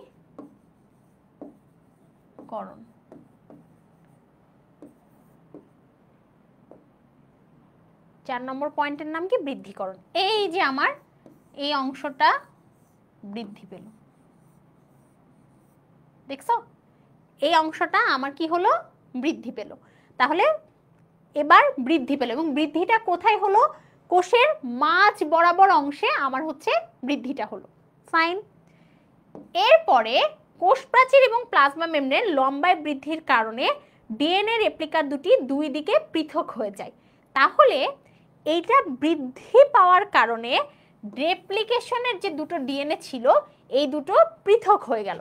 তাহলে আমরা বলতে পারি ডিএনএ রেপ্লিকা দুটি পৃথকীকরণ। তাহলে আমরা বলতে পারি ডিএনএ রেপ্লিকা পৃথকীকরণ, ফাইন। দেন 6 নম্বরে আমরা দেখতেছি যে লম্বায় বৃদ্ধিপ্রাপ্ত কোষের মাঝখানে প্লাজমা মেমব্রেন ক্রমশ ভেতরের দিকে বৃদ্ধিপ্রাপ্ত হতে থাকে এবং ওই অংশ কোষ প্রাচীর সংশ্লেষিত হতে থাকে। তাহলে এর পরের যে লাইন, এই যে লম্বায় যে বাইরের দিকে হচ্ছে বৃদ্ধিপ্রাপ্ত হলো এবং একই সাথে কোষ প্রাচীরও তৈরি হতে থাকবে। তাহলে আমরা বলবো কোষ প্রাচীর তৈরি, কোষ প্রাচীর তৈরি, ফাইন। 7 নম্বরে আমরা কি বলতে পারি, 7 নম্বরে আমরা বলতে পারি যে অপত্য কোষ দুটি পরস্পর থেকে পৃথক হওয়া। পৃথক হওয়ার আগে এখানে কি হয়েছে, খাঁজ তৈরি হয়েছে। তাহলে আমরা পয়েন্টটার নাম দিতে পারি খাঁজ তৈরি। তারপরে আমরা 8 নম্বরে কি নাম দিতে পারি, 8 নম্বরে আমরা যে নামটা দিতে পারি, আমরা একটু নিচে যাই, যে অপত্য কোষ পৃথকীকরণ। অপত্য কোষ পৃথকীকরণ। দেখো আমি একটা কথা বলি, তোমরা যারা ক্লাসটা করতেছো তারা যদি কেউ মনে করো যে এই যে আমি যে 8টা পয়েন্ট লিখলাম এটা মুখস্থ করতে হবে, তাহলে ভুল। প্রথম কথা, বইয়ে যে 7টা পয়েন্ট আছে এই 7টা পয়েন্টও মুখস্থ করার কোনো প্রয়োজন নাই। এই যে বইয়ে যে আমরা 7টা পয়েন্ট দেখতে পাচ্ছি এই 7টা পয়েন্টও আমরা মুখস্থ করব না। এই যে তোমরা যেগুলো মুখস্থ করতে যাও না, এই জন্যই তোমাদের কিচ্ছু মনে থাকে না। তোমরা যেটা করবা, তোমরা হচ্ছে এই ছবিটা আঁকা শিখবা। এবার ছবিতে দেখবা যে কি হয়েছে। এখন তোমরা আমার সাথে একটু মিলাও।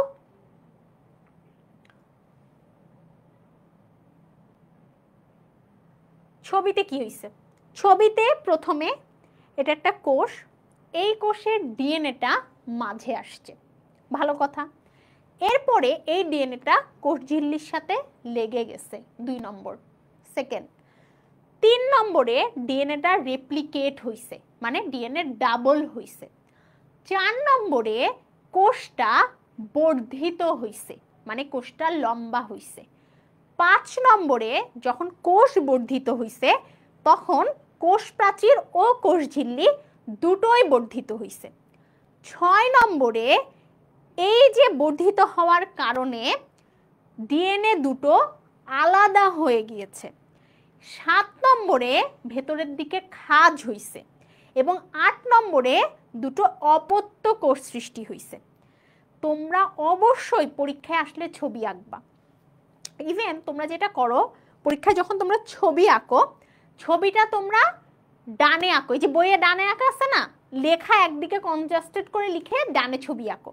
এটা কখনো করবা না। খাতা তোমার, তুমি যত বেশি খাতা পেজে লিখতে পারবা তত তোমার লাভ, তত তোমার পরীক্ষার ফি ওসুল হবে, ঠিক আছে? সো তুমি কি করবা, তুমি বেশি বেশি করে লিখবা, বেশি বেশি করে চিত্র আঁকবা। তুমি একদম চিত্রটা মাঝ বরাবর আঁকবা। ইভেন এই চিত্রটা মানে ক্লাস মানে দেখা যাবে যে এই চিত্রটা তুমি একদম মানে পুরো খাতার 1 পেজ ধরে আঁকতে পারো, তাও কোনো সমস্যা নাই, ঠিক আছে? বাট টাইমটা মাথায় রাখতে হবে তোমাকে, এটা ইম্পর্টেন্ট, আর কিচ্ছু না। ওকে,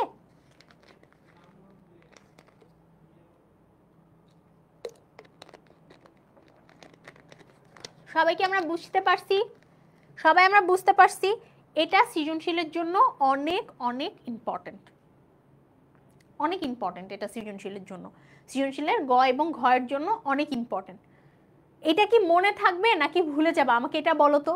মানে এটা কি, এই যে ভুলে যাওয়া যে কথাটা বলো, আমি কিন্তু সব সময় ক্লাসের পড়া ক্লাসে করাই দিতে চেষ্টা করি, এবং কোনো পড়া যেন তোমার বাসায় পড়তে না হয়, এবং তুমি যেন বাসায় পড়ার পর এটা মনে রাখার সমস্যা না হয়, সেটা আমি সবসময় চেষ্টা করি। সো তোমরা একটু চিন্তা করবা যে আমি যেভাবে পড়াইলাম এরপরে কি এটা ভুলে যাবা কিনা। আমার মনে হয় যে বইয়ের এই অংশ জীবনে তোমার পড়ার কোনো দরকার নাই। আর তোমরা যারা নোট চাও তাদের জন্য আমি এইটাও করে দিলাম যে এই মানে একেবারেই যারা ভুলে যাও তারা এই 8টা পয়েন্ট মনে রাখতে পারো, কিন্তু 8টা লাইন তোমার মনে রাখার দরকার নাই, ঠিক আছে? ওকে, ফাইন। এরপরে আমরা চলে আসি আরেকটা সৃজনশীলের জন্য গুরুত্বপূর্ণ প্রশ্নে। এটাও খুবই সহজে লেখা যাবে, খুবই সহজে লেখা যাবে। দেখো, এই যে এটা একটা, তোমাদের কিন্তু নোট থাকবে দুটো প্রশ্ন। একটা হচ্ছে আমাদের ব্যাকটেরিয়ার, একটা আদর্শ ব্যাকটেরিয়ার গঠন, এবং হচ্ছে ব্যাকটেরিয়ার দ্বিবিভাজন। এই দুটো তোমরা সুন্দর করে নোট করে দেখাবা, আমার প্রসেসে নোট করে দেখাবা, ঠিক আছে? আগে চিত্র আঁকবো নাকি আগে লেখাগুলো লিখবো, সব সময় অ্যাটলিস্ট মিনিমাম কিছু লেখা লিখে তারপরে চিত্র, তারপরে বর্ণনা, এটা হচ্ছে পারফেক্ট মেথড। অথবা যদি মনে হয়, মানে আমি কেন এটা বললাম, দেখো পরীক্ষায় চিত্র আঁকাটা যদি তুমি আগে এঁকে ফেলতে পারো তাহলে বাদবাকি যে টাইম থাকলো সেটা আমি তুমি লিখতে পারলা। লাস্টের দিকে এসে চিত্র আঁকলে যেটা হয়, চিত্রটা অনেক সময় খারাপ হয়ে যায়, কারণ চিত্র কিন্তু আঁকতেই হবে, চিত্র কম্পালসারি। তুমি মনে করলে হবে না যে চিত্র আঁকতে তোমাকে বলে নাই, লিখলেও ভালো না বললেও ভালো। হ্যাঁ, আপু ব্যাকটেরিয়ার বৈশিষ্ট্য ওখান থেকে শুরু করলে ভালো হবে, আমি ওখানে আবার যাব, এটা আগে শেষ করিনি, এটা খুবই অল্প সময় শেষ হয়ে যাবে সৃজনশীলের জন্য লেখা যেটা, সেটা ওটা তো ডিটেলসে টাইম লাগবে। আর আরেকটা জিনিস, ব্যাকটেরিয়ার বৈশিষ্ট্য আর একটা আদর্শ ব্যাকটেরিয়ার যে গঠন হুবহু একই জিনিস, দুটো জিনিস একই। ফাইন। সো এখানে প্রথমে হচ্ছে কোষ প্রাচীর। তো কোষ প্রাচীর থেকে আমি পরীক্ষায় মনে করে আসছে যে একটা আদর্শ ব্যাকটেরিয়ার গঠন লিখো। আমি তো এই ছবিটা আঁকবো, এই ছবিটা এত কঠিন করে আমি আঁকবো না, যেই জিনিসটা আমি বর্ণনাতে লিখতেছি আমি শুধু সেইটাই ছবিতে আঁকবো। সো আমি এখানে যে কাজটা করব, আমি আগে যদি একটু দেখে নেই, তোমাদেরকে আমি দেখাই নেই, দেখো খেয়াল করে, মোট 9টা জিনিস আমার আছে। তাহলে এই 9টা জিনিসই আমি ছবিতে আঁকবো, এই 9টা জিনিসই আমি চিহ্নিত করব। এর বেশি আমি আঁকবো না, এর বেশি আমি চিহ্নিত করব না। আচ্ছা, ফাইন। দেখো,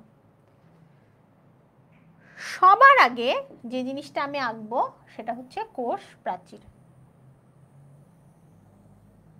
ঠিক আছে? আমার আঁকা কিন্তু এত সুন্দর হবে না, কারণ যেহেতু আমি এর উপরে আঁকছি।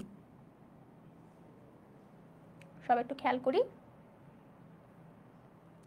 আচ্ছা, প্রথমে হচ্ছে আমার কোষ প্রাচীর, বাহিরের যে লেয়ারটা আছে সেটা হচ্ছে আমার কোষ প্রাচীর। এখন কোষ প্রাচীর কি এইটা নাকি এইটা, এটা একটু বুঝতে হবে। সবাই একটু দেখো, লক্ষ্য করো, এটা হচ্ছে কোষ প্রাচীর, এর ভেতরে আমি আরেকটা দাগ দিচ্ছি, এটার নাম হচ্ছে আমার কোষ ঝিল্লি, এবং এর বাইরে আমি আরেকটা লেয়ার দিচ্ছি, সেটা হচ্ছে ক্যাপসুল। এইবার একটু চিহ্নিতকরণটা বুঝে নাও আমার কাছ থেকে। কোষ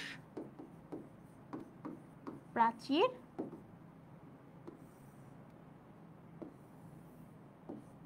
কোষ ঝিল্লি,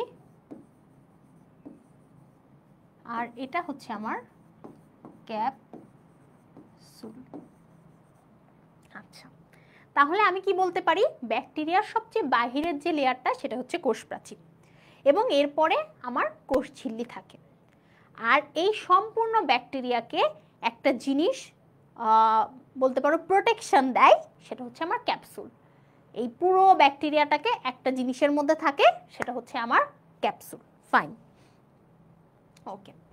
এখন কথা হচ্ছে, দেখো অনেক কিছু লেখা আছে, যে কোষ প্রাচীর, ক্যাপসুল, কোষ ঝিল্লিটা নাই, তুমি আচ্ছা এই যে কোষ ঝিল্লিও আছে, কোষ ঝিল্লি বা প্লাজমা মেমব্রেন, হ্যাঁ অনেক কিছু লেখা আছে। এখন কথা হচ্ছে অনেক কিছু তো লেখা আছে, তুমি লিখবা কি? তুমি যে নোট করবা, তুমি লিখবা কি? তুমি শুধু লিখবা কোষ প্রাচীর কি দিয়ে তৈরি, কোষ ঝিল্লি কি দিয়ে তৈরি, ক্যাপসুল কি দিয়ে তৈরি। কোষ প্রাচীর কি কাজ করে, কাজ করে এটা আসলে লেখা দরকার নাই, কারণ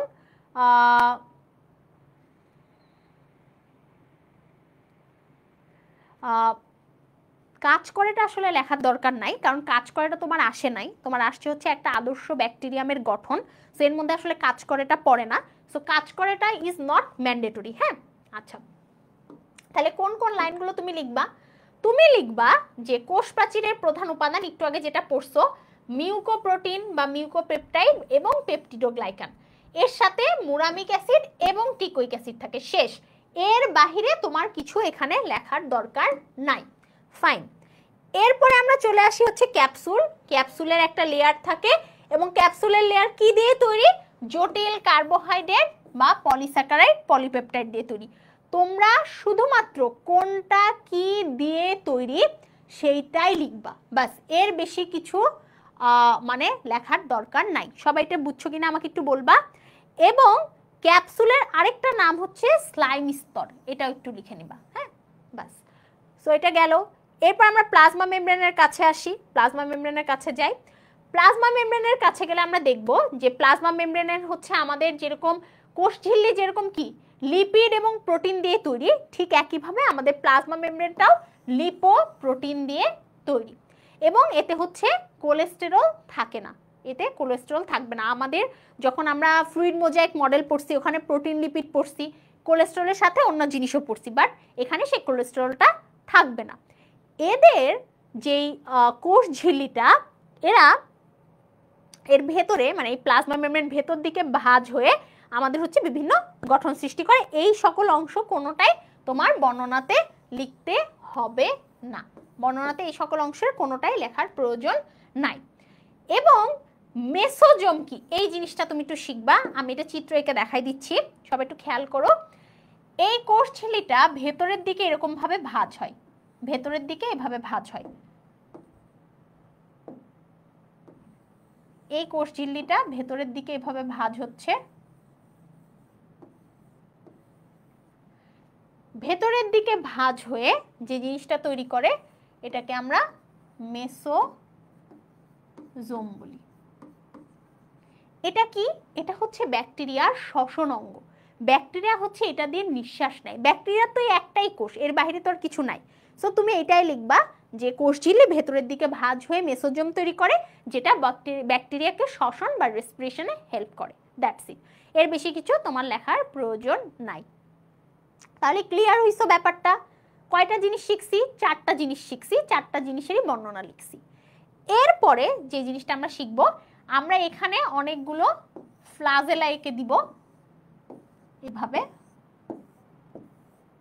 ঠিক আছে, এবং এখানে একটা পিলি আঁকবো। সো ফ্লাজেলা কি, পিলি কি? ফ্লাজেলা হচ্ছে ব্যাকটেরিয়ার চলন অঙ্গ, যেটা ফ্লাজেলিন প্রোটিন দিয়ে তৈরি। পিলি হচ্ছে ব্যাকটেরিয়ার যোগাযোগ করার অঙ্গ, যেটা পিলিন দিয়ে তৈরি। ফ্লাজেলিন এবং পিলিন এটা দুইটা হচ্ছে দুইটা প্রোটিনের নাম। আমরা বিভিন্ন রকম প্রোটিনের নাম পড়ি, তার মধ্যে দুইটা প্রোটিনের নাম হচ্ছে ফ্লাজেলিন এবং পিলিন। সবাই এটা বুঝছো? তাহলে আমরা হচ্ছে ফ্লাজেলা শিখলাম, পিলি শিখলাম। ফ্লাজেলা এবং হচ্ছে আমার পিলি। ডান? সবাই এটা বুঝছো কিনা আমাকে একটু আগে বলো।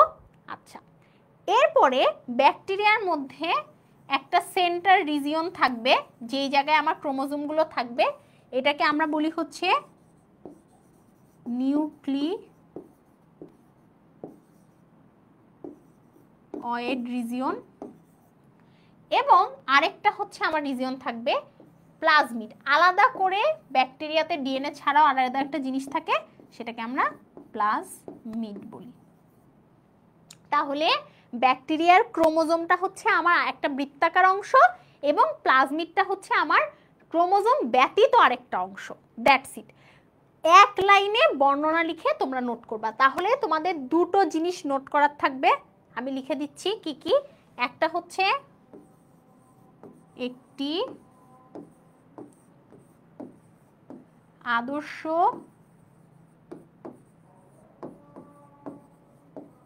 ব্যাকটেরিয়ার গঠন, আসলে ব্যাকটেরিয়ার হয় না, ব্যাকটেরিয়ামের হবে। সো এই জিনিসটা আমি একটু কারেক্ট করে দেই, কারণ একটি বললে ব্যাকটেরিয়াম হয়।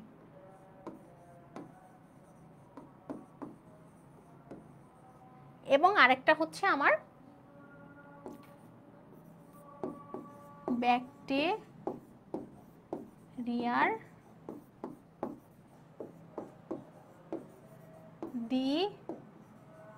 বিভাজন প্রক্রিয়া। এই দুটো তোমরা নোট করবা মাস্ট, চিত্র সহ। এবং নোট বেশি বড় করতে হবে না, বইয়ের সবকিছু লিখতে হবে না, যেটুকু তুমি পরীক্ষার হলে লিখতে পারবা সেটুকুই তুমি নোট করবা। মানে নোট বলতে তুমি এটা লেখার একটা প্র্যাকটিস করবা, যে তুমি চিত্র আঁকবা, দেন তুমি হচ্ছে পয়েন্টের নাম লিখবা, দুটোই কিন্তু পয়েন্টের নাম হবে, ঠিক আছে? এইটাতে আমি কয়টা পয়েন্ট দিয়েছি, একটা আদর্শ ব্যাকটেরিয়াম গঠনের 9টা পয়েন্ট দিছি, আর এটাতে আমি হচ্ছে 8টা পয়েন্ট দিছি। সো এই 8টা পয়েন্ট এবং 9টা পয়েন্টের নাম লিখে সাথে একটা করে লাইন লিখবা এবং হচ্ছে সাথে আমার চিত্র আঁকবা। যারা যারা লাইভটা দেখতেছো সবাই আমাকে বলো যে তোমরা হচ্ছে নোটটা বুঝছো কিনা, সবাই আমাকে বলো।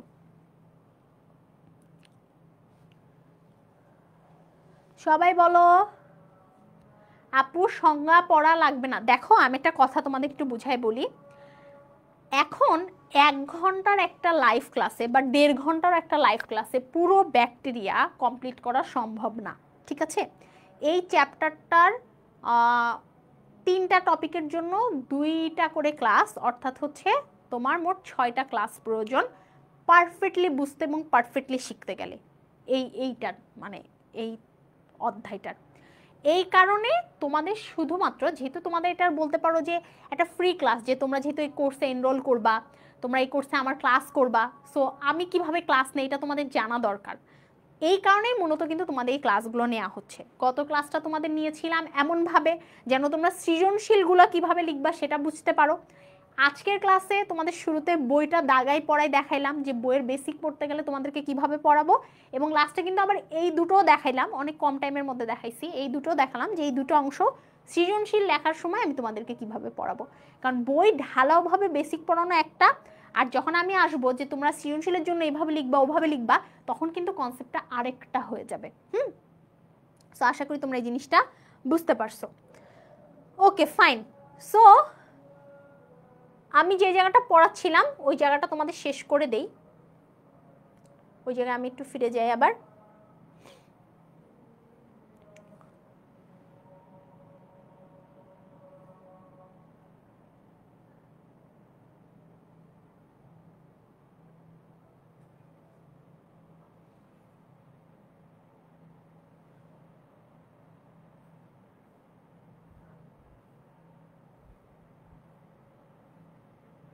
আচ্ছা দেখো, এখানে তোমরা পরে যা যা পড়বা অলরেডি তোমরা পড়ে ফেলেছো। যেমন কি যেমন হচ্ছে বাইনারি ফিশন সম্পর্কে অলরেডি তোমাদেরকে সবকিছু বুঝিয়ে দিয়েছি। ব্যাকটেরিয়া হচ্ছে পরজীবী হতে পারে, ব্যাকটেরিয়া মৃতজীবী হতে পারে, আর কিছু হচ্ছে স্বনির্ভর। পরজীবী মানে প্যারাসাইট, মানে যে পরের উপরে ডিপেন্ড করে। তারপরে হচ্ছে আমাদের মৃতজীবী, মানে যে মৃত খাবার খায়। মৃত খাবার কোনগুলো? পাউরুটি, তারপরে তোমার বিভিন্ন হচ্ছে ফলমূল, শাকসবজি, এগুলো হচ্ছে মৃত খাবার। এরপরে হচ্ছে আমার আসলে ফলমূল শাকসবজি যদি গাছে থাকে সেটাও জীবিত অবশ্য, বাট যদি পাউরুটির কথা বলি, পাউরুটি কমপ্লিটলি মৃত। পাউরুটি, রুটি, খাবার দাবার, ভাত, মাছ, মাংস এগুলা খাইলে সে হচ্ছে মৃতজীবী। স্বনির্ভর কি? যারা স্বনির্ভর তাদের কিন্তু ক্লোরোফিল আছে, ঠিক আছে, তারা নিজের খাবার নিজেই তৈরি করতে পারে। এবং 8 নম্বর হচ্ছে এরা বেসিক রং ধারণ করতে পারে। এটা কি? ব্যাকটেরিয়াকে যখন মাইক্রোস্কোপের নিচে দেখা হয়, যেটা আমরা প্র্যাকটিক্যালি করি, তখন বিভিন্ন রং দেই আমরা। সো যে সকল ব্যাকটেরিয়ার বাহিরের লেয়ারটা অনেক মোটা হয়, তারা, আমরা যে রংটা দিই, একটা পার্পেল রং দিই। So P for purple, P for positive. So তাদেরকে আমরা গ্রাম পজিটিভ ব্যাকটেরিয়া বলি, কারণ তারা হচ্ছে রংটা বেশি পরিমাণে ধারণ করতে পারে। আর যারা নেগেটিভ, তারা রংটা অত বেশি ভালো করে ধারণ করতে পারে না। এরা ভাইরাসের প্রতি অনেক সংবেদনশীল, মানে ভাইরাস এদেরকে যখন তখন অ্যাটাক করতে পারে। এবং এদের অধিকাংশই হচ্ছে অজৈব লবণ, এগুলো দরকার নাই। লাস্টের পয়েন্টটা ইম্পর্টেন্ট, এখানে বাদবাকি যেগুলো পয়েন্ট আছে এগুলো এতটা ইম্পর্টেন্ট না। সেটা হচ্ছে what is obligate anaerobes, what is facultative anaerobes and what is obligate aerobes. এইটা সবাই বুঝো, এটা অ্যাডমিশনের জন্য অনেক অনেক ইম্পর্টেন্ট। আচ্ছা, সো এই জায়গাতে আমরা যেটা পড়বো, সবাই আগে বুঝো অব্লিগেট মানে কি। এটা তোমাদেরকে মানে এটা খুবই ইম্পর্টেন্ট। হ্যাঁ, অব্লিগেট মানে হচ্ছে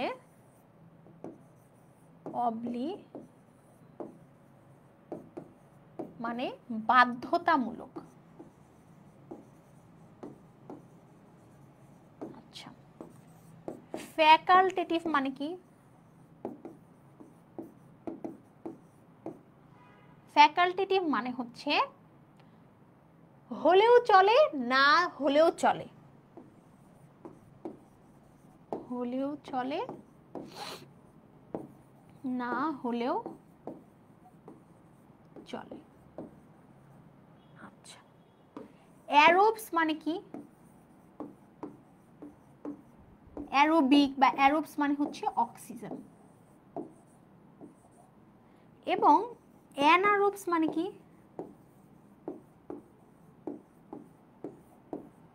অ্যানারোবস মানে হচ্ছে অক্সিজেন না। সবাই আমরা এটা বুঝছি? আচ্ছা, যারা অব্লিগেট অ্যানারোব মানে হচ্ছে, অব্লিগেট মানে কি? বাধ্যতামূলক।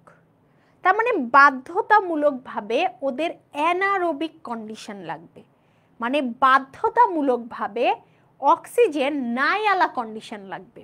বাধ্যতামূলকভাবে কি লাগবে? অক্সিজেন নাই আলা কন্ডিশন লাগবে। তাহলে কি ওরা অক্সিজেন থাকলে বাঁচতে পারবে? পারবে না। এটা তোমরা কখনোই মুখস্থ করতে যাবে না, এটা জীবনেও মুখস্থ করলে মনে থাকবে না।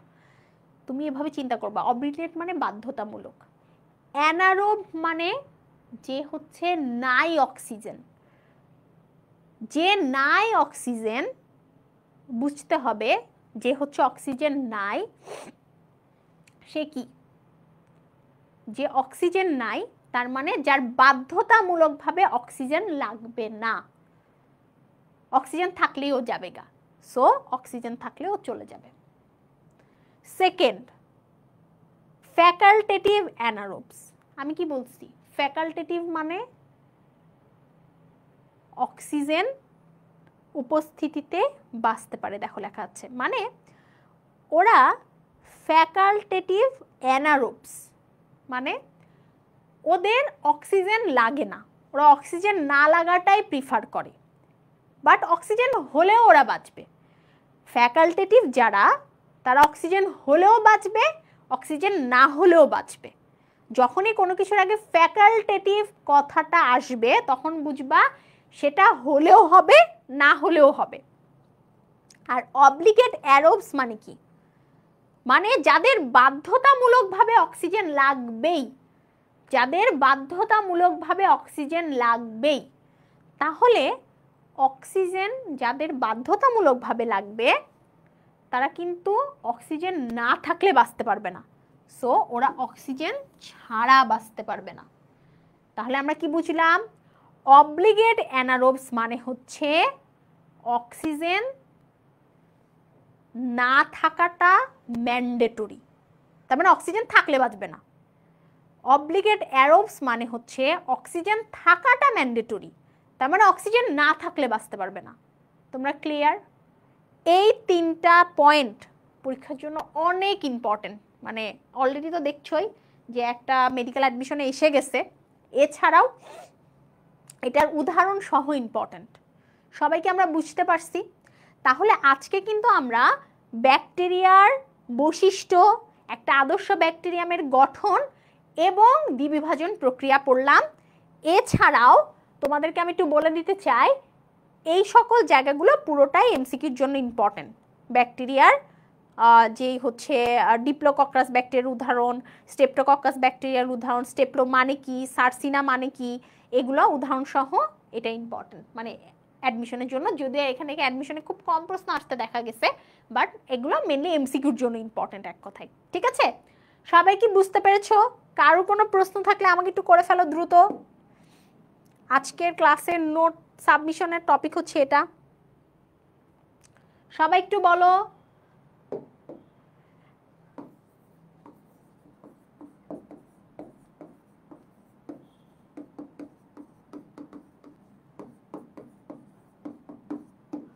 সবাই একটু আমাকে বলো।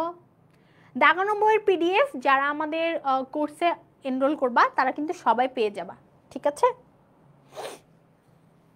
সো দাগানো বই নিয়ে কোনো টেনশন করতে হবে না, তোমাকে পড়ার ওয়েটা শিখতে হবে, ঠিক আছে? তোমাদের কাছে দাগানো বইটা অনেক বড় একটা ব্যাপার, বাট এটার উপরেও কিন্তু মানে অনেক জিনিস আছে। কার কোনো প্রশ্ন থাকলে করে ফেলো, যে কোনো প্রশ্ন থাকলে করে ফেলো দ্রুত।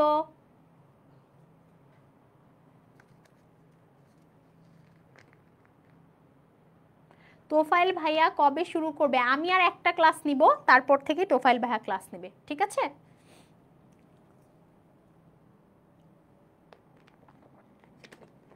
তোমাদের প্রিয় তোফাইল ভাইয়া চলে আসবে ক্লাস নিতে।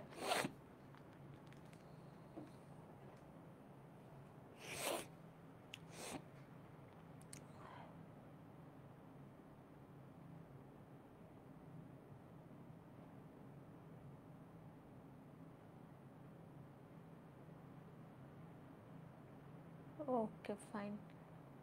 হ্যাঁ, আমি মেডিকেলে ভর্তি পরীক্ষা দিয়েছিলাম, ঠিক আছে, কিন্তু আমি কোনো প্রিপারেশন ছাড়া দিয়েছিলাম। হ্যাঁ, ম্যাক্সিমাম বোটানি ক্লাসই আমি নিব, যেহেতু বোটানি বইটাই আমি বেশি পড়েছি, সো ম্যাক্সিমাম বোটানি ক্লাসই আমি নিব, ঠিক আছে? জুওলজি এবং বোটানির মধ্যে কম্পারেটিভলি কিন্তু বোটানিটা কঠিন, তাই না?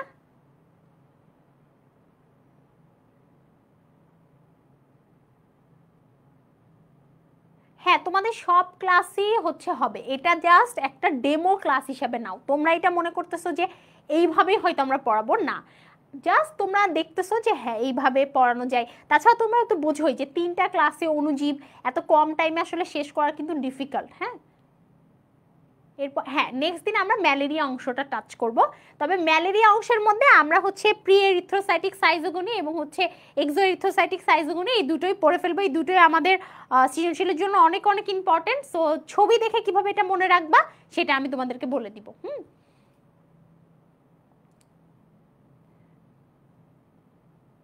হ্যাঁ, এই চ্যাপ্টারটা কোর্সে আবার সুন্দর করে পড়ানো হবে, কারণ এখানে তো পড়ানো হয় না, এটা জাস্ট একটা ডেমো ক্লাস। ওকে, এই চ্যাপ্টারটা কোর্সে এগেইন হবে।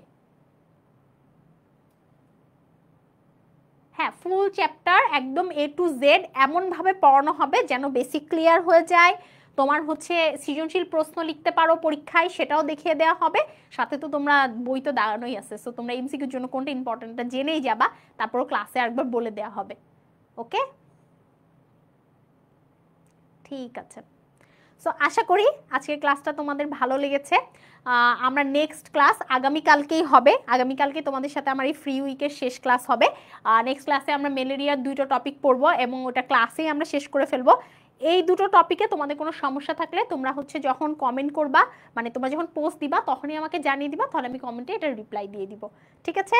সো সবাই অনেক অনেক ভালো থেকো, সুস্থ থেকো। আজকে ক্লাসটা এখানেই শেষ করে দিচ্ছি। আসসালামু আলাইকুম সবাইকে এবং আল্লাহ হাফেজ।